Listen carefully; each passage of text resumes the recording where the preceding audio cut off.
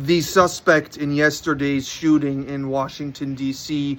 that took the lives of two National Guardsmen has been identified as Rahmanullah Lakhanwal. He's 29 years old and he is an Afghan evacuee. The evacuee came to the U.S. under the administration of President Biden. However, what we've learned is that the Trump administration vetted the individual as recent as April 2025 of this year. Here's where the plot thickens. It turns out the DC shooter has ties to the CIA. And yes, this has been confirmed publicly, whether it's CBS or The Guardian. The attack has been described as an ambush-style shooting. DC Attorney Jeanine Pirro declined to give a motive for the shooting.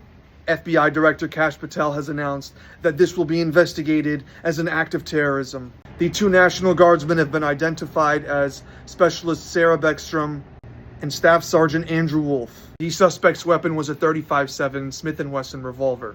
Through Operation Allies Welcome, the Biden administration had evacuated and resettled about 76,000 Afghan nationals who worked as diplomats or as troops right alongside U.S. forces.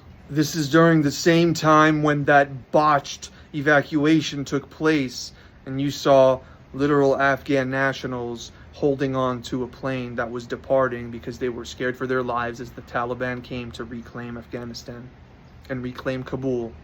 And you saw Afghan nationals falling. They were willing to die. And President Trump and his allies have scrutinized the Biden administration for the manner in which this was handled. Their main criticism was that it was rushed and not carefully planned out.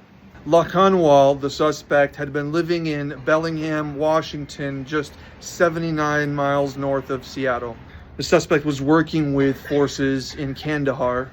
CIA Director John Ratcliffe said that the operation with him ended shortly after the evacuation.